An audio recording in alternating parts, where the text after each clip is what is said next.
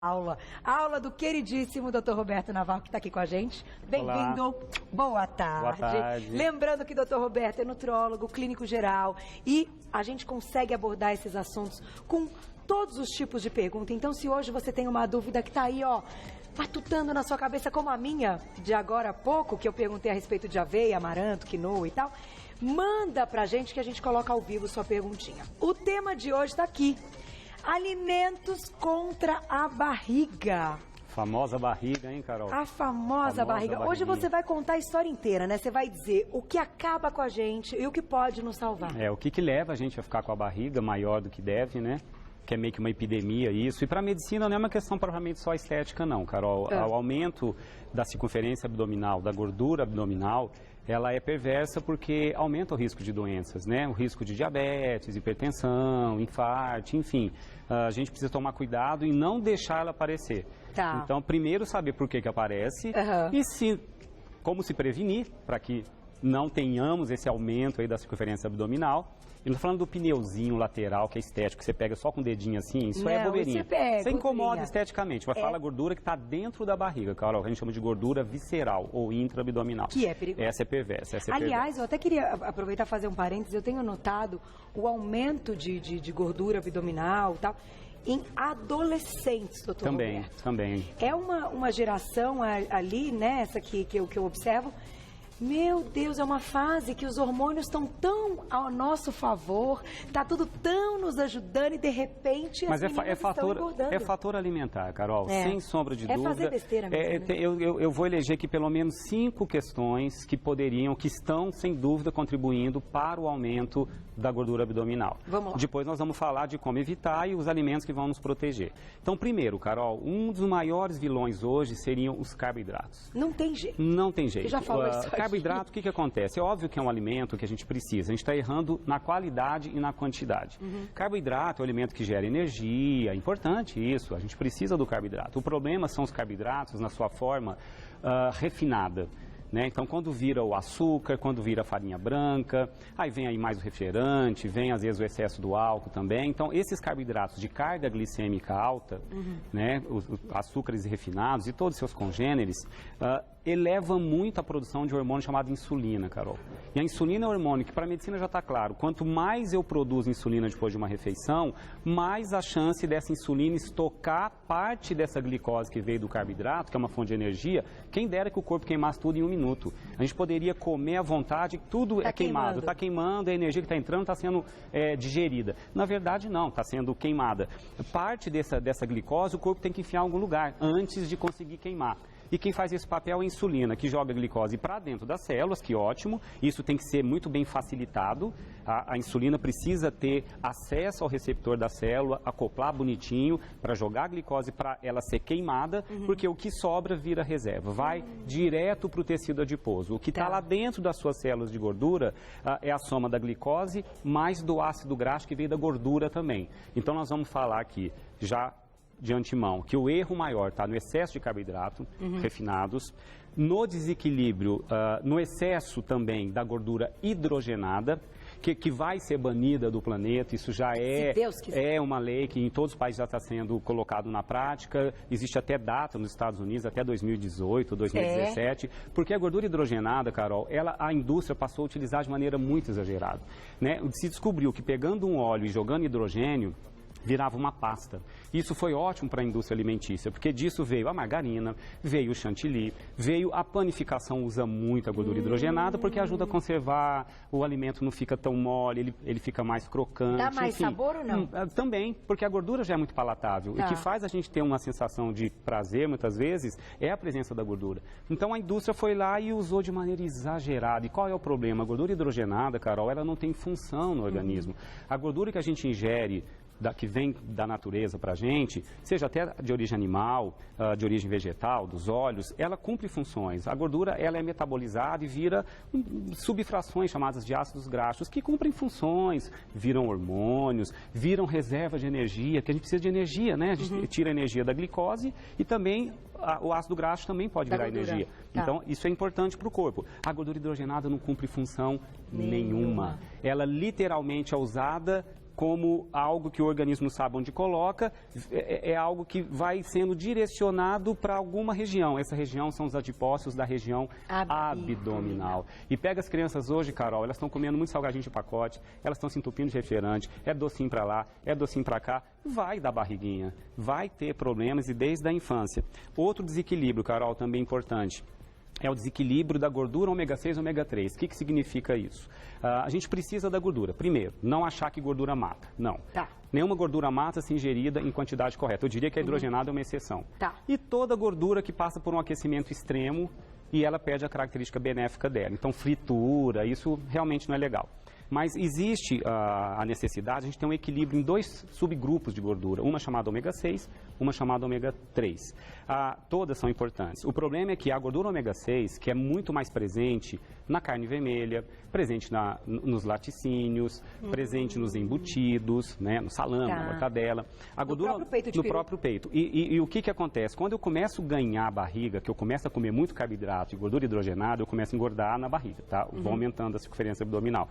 A gordura dentro da barriga passa a produzir substâncias que vão jogar ainda mais lenha na fogueira, que é um grupo de substâncias chamadas citocinas pró-inflamatórias, que são produzidas no tecido adiposo do corpo humano, principalmente na região central. E quando eu começo a ter essa produção exagerada de citocina pró-inflamatória, elas vão atrapalhar vários setores, inclusive atrapalha a insulina a fazer o papel dela, que é jogar glicose para ser queimada dentro da célula. Isso é a famosa síndrome metabólica? Que vira uma resistência à insulina que chega na síndrome metabólica, Carol, exatamente. E qual que é a nossa defesa? Se eu produzo essas citocinas pró-inflamatórias, elas são estimuladas a serem produzidas em níveis maiores pelo uma fraçãozinha da gordura ômega 6 chamada ácido araquidônico. Quando eu começo a ingerir muito ácido araquidônico, vindo da gordura ômega 6, eu começo a inflamar mais ainda os receptores das células onde a insulina acoplaria. Aí eu pioro ainda muito mais. Inflamo meus vasos sanguíneos, aí eu começo a ter vou te colocar até uma situação, a gente vai colocar até um vídeo para ilustrar, mas a seguinte situação, a pessoa que começou a atividade física, que começou a dieta, ela está super animada, ela está super empolgada, vamos lá, não sei o que lá. De repente, ela não vê resultado nenhum. Passa uma semana, 2 semanas, ela não vê resultado nenhum. Então, digamos que quando ela entra nesse ciclo que você explicou, vocês vão vendo, aumentou ciclo, isso, comeu aquilo a mais, virou num ciclo. Por mais que ela tente fazer isso ou aquilo, ela está numa bola de neve, um negócio tão sério, que ela não consegue sair disso. É como se o corpo não respondesse adequadamente, Carol. Exatamente. A resistência à insulina boicota muito, porque a insulina tem que ter a chance de jogar glicose para ser queimada como energia. E quando sobra glicose que eu não consigo queimar, vira reserva em tecido adiposo. Então, a resistência à insulina é um ciclo vicioso mesmo. Quem desenvolve passa a ter uma dificuldade maior de diminuir barriga ou uma facilidade grande de engordar. Então, vou te fazer a primeira pergunta, doutor Roberto. O vídeo está no ponto, mas ele vai descrever um pouquinho disso que a gente está falando.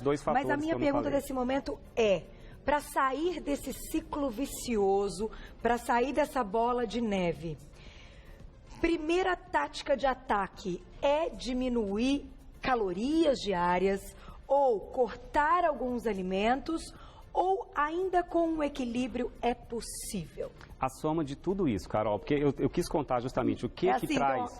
Eu falei do carboidrato, carga glicêmica alta, falei da gordura hidrogenada e o desequilíbrio ômega 3 e ômega 6. E tem mais 2 desequilíbrios que a gente vai mostrar agora no vídeo, que somados também vão contribuir. E para a gente reverter, nós vamos ter que atacar em todas as linhas de frente. Para piorar a situação, Carol, se descobriu que nosso estresse diário influencia na liberação de hormônios de uma glândula chamada suprarrenal. Esses hormônios, que é um tal do cortisol tão falado, e que pode surgir por estresse, por noites mal dormidas, por insônia crônica, por trabalhar excessivamente, poucas horas de repouso. O cortisol ele consegue ir lá nas células adiposas do tecido da região visceral e começa a fazer com que elas fiquem ainda maiores. O cortisol alto predispõe a poupança em tecido adiposo. Ele vai infiltrando todas as fibras musculares do abdômen e também vai crescendo. Então, nós temos aí 5 fatores, Carol. Carboidrato exageradamente, refinado, carga glicêmica e índice glicêmico alto, gordura hidrogenada, desequilíbrio ômega 3 e ômega 6, estresse e sedentarismo. Falta de gasto, porque para sobrar reserva é porque eu não estou gastando. Então, como é que a gente vai atacar? Então, vamos lá, Carol. Agora a gente pode mostrar como contra-atacar isso tudo, né? A sua pergunta? Porque isso é o que está acontecendo no planeta, né? É que a gente está falando que é no Brasil, não está acontecendo no planeta. Que atitudes tomar? Que atitudes tomar? Perguntinha na tela, então, e a gente já dá sequência. Olha lá, quem escreveu pra gente? Um beijo pra Narjara, obrigada. O chá de hibisco funciona mesmo, então, para perder a barriguinha? Daqui a pouquinho você me conta quando a gente entra já nessa parte de fitoterápicos, de ervas, de chás, se a gente tem algum benefício. Você me conta, volto já, porque o negócio é o seguinte, ela está... Voltamos, deixamos uma perguntinha da Narjara. Acertei, olha lá. Ela comentou aí, agora a gente já pode falar um pouquinho dos ingredientes de alimentos, o que pode ajudar a perder a barriguinha. De fato, esses fitoterápicos, as ervas, eles auxiliam... Podem contribuir, Carol. Eu vou citar um deles também. A gente vai agora resumir para a Narjara e para quem está com mais dúvidas. Então, vamos lá. O que realmente se tem de estudo, Carol? Porque eu sempre dou uma olhada a fundo para que a gente, né, poder falar de maneira enfática o que os estudos estão mostrando sobre como os alimentos podem diminuir o risco de eu aumentar a minha circunferência abdominal ou se já tenho potencializar a diminuição. Então, primeira coisa, dos 5 itens, fazer atividade física, Carol, básico, tá? A barriga, é considerado atividade física, a barriguinha é a primeira a surgir quando a gente erra e a última a ir embora quando começa a consertar. Tá? Então, não é da noite para o dia que se diminui gordura abdominal com um mês de atividade física, não. É muita ralação. A atividade física hoje que perpetua o gasto, depois que eu termino, eu faço atividade física e meu corpo ainda continua gastando, são os treinos mesclados em força e aeróbico. Um funcional, por exemplo, alguns treinos que estão agora sendo colocados de explosão, você faz 1 minuto em alta intensidade, descansa um pouquinho, depois, num curto intervalo de tempo, você consegue otimizar muito o corpo a usar reserva. Essa reserva parte está no abdômen. Né? Então, atividade física, quem não está fazendo e está com barriguinha, vai fazer.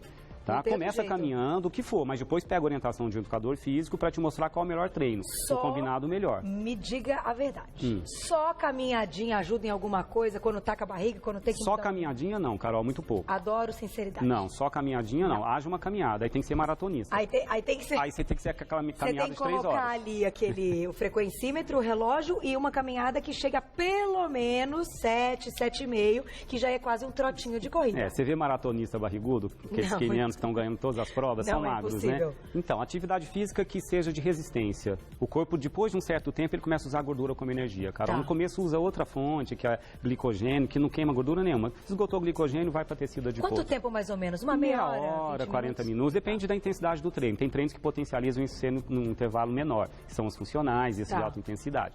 Mas com um educador físico te orientando, parta para atividade física, diminui o estresse.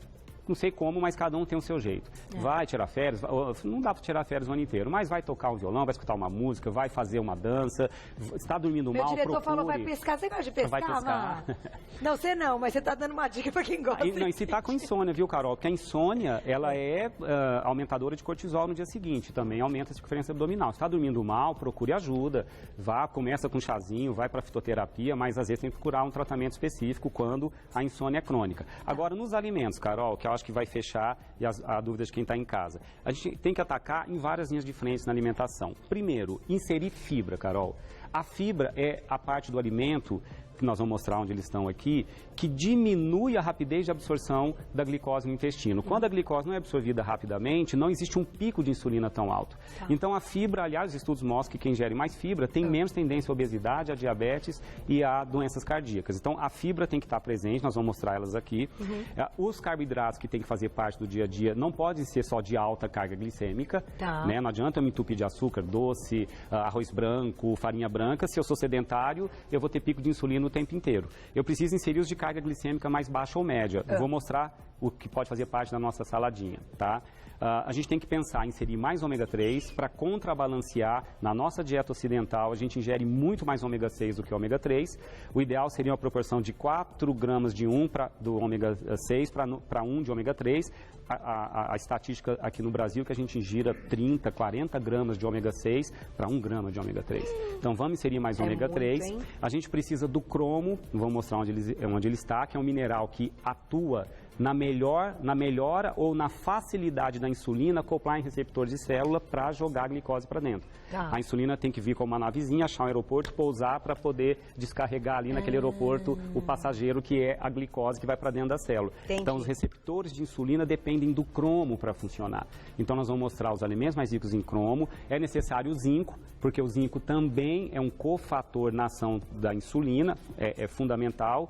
E a gente precisa inserir um pouco mais da atividade física e um pouquinho aí da fibra e do ômega 3. Então, vamos lá. É verdade que brasileiro come pouca fibra? Quando fala, brasileiro não sabe comer fibra. Pouquíssimo, a gente ingere pouquíssimo. A estatística, o ideal é ingerir 25 gramas dia, média. A gente ingere entre 8 a 10 e olhe lá. Então, a gente precisa realmente de inserir mais fibra. Então, o que eu fiz, Carol? Eu peguei todos os nutrientes que eu citei agora, fibra, ômega 3, zinco, cromo, e vou falar do óleo de coco, que é interessantíssimo, o triglicerídeo de cadeia média, que é uma parte do óleo de coco que o corpo absorve facilmente, é usado rapidamente como energia, é queimado e não tem a chance de virar reserva, que a reserva é glicose, ácido graxo da gordura, se unem e vai para o tecido adiposo. Que é o triglicérides. É o triglicérides, que é o que a insulina faz. Então, se eu não deixar sobrar ácido graxo, né, que vem da gordura. Isso não tem como... E no óleo de coco tem uma partezinha chamada TCM, triglicerídeos de cadeia média, que é interessantíssimo, só que sem exagero. Aí vou falar agora de todos eles para a gente fechar. É bonito, né? Eu acho bonito. Vamos lá. Vamos lá. Tudo que você falou de eu selecionei, eu tentei pegar aqui os alimentos que tem uma proporção maior de cada um deles, que são os mais ricos para ficar mais fácil para quem tem em casa, né? Então, primeiro, montei uma salada aqui, Carol, por exemplo, cromo. Aqui tem cromo, fibra em todos eles, tá? O cromo tá no alface, tá na cenoura crua, tá, gente? Quando você cozinha a cenoura, ela é absorvida mais rápido. O índice glicêmico dela aumenta, então eu prefiro que use cenoura crua. Então coloquei aqui pepino, berinjela, chuchu, tem cromo também na cebola, tem no alho, no alface. Então aqui uma saladinha com baixa carga glicêmica, porque nenhum desses carboidratos viram muito açúcar no sangue, tem carga glicêmica baixa ou média, e fonte de cromo, fonte de fibra. O cromo presente também na maçã, tá? Sabia. A casca da maçã tem fibra, então a maçã seria um excelente alimento. Com a canelinha. A canela, porque a canela também é fonte de cromo, também é um excelente alimento para melhorar a ação da insulina. O brócolis, que eu acho que trago em todas as pautas, Carol, o brócolis a gente vai fazendo os 10 melhores alimentos do mundo um dia aqui. Ele está entre os 10. Ele tá, porque o brócolis ele tem cromo e tem um pouquinho de vitamina C, e a vitamina C aumenta a absorção do cromo. E também é fonte de fibra. Entendi. Né? Contando que a fibra também perpetua a saciedade. Eu fico saciado por mais tempo quando ingiro fibra. Mas, por exemplo, se a gente cozinhar ou se a gente colocar no forno... Geralmente tem que ser mais aquecido. O brócolis cru tem um fator antinutricional. Que não é interessante. Mas o que é melhor? Cozido. Cozinhar ou forno?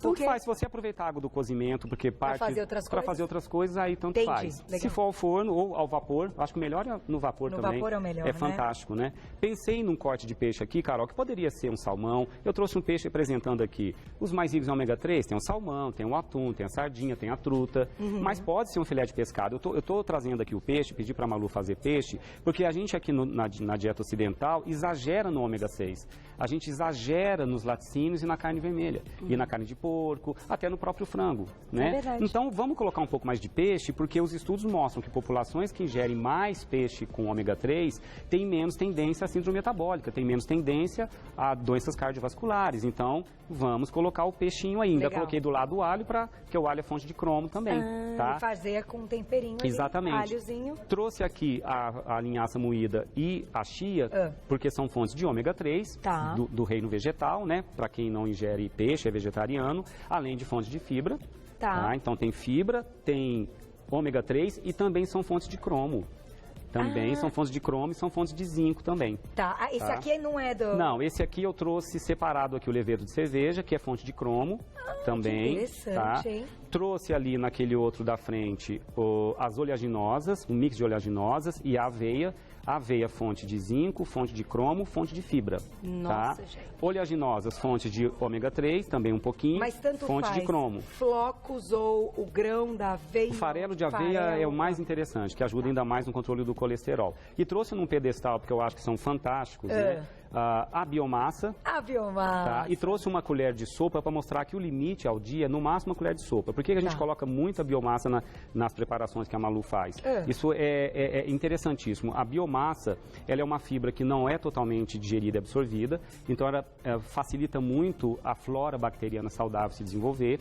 Isso é bom para a saúde de um modo geral. A biomassa evita o pico de glicose na refeição, porque ele diminui muito a rapidez de absorção da glicose, diminui muito o índice glicêmico da refeição, isso é fantástico, e ainda perpetua a saciedade. Deixa a pessoa que vai comer saciada por mais tempo. Ninguém merece comer e meia hora depois está com fome de novo. Não. Tá? Então, e ajuda a controlar a tendência à obesidade, porque é sacietógena. E o óleo de coco, que no máximo uma colher de chá ao dia, está aqui o volume para quem está em casa ver, porque qual que é a estratégia do óleo de coco, Carol? Se você se entupir de óleo de coco achando que vai diminuir barriga, não.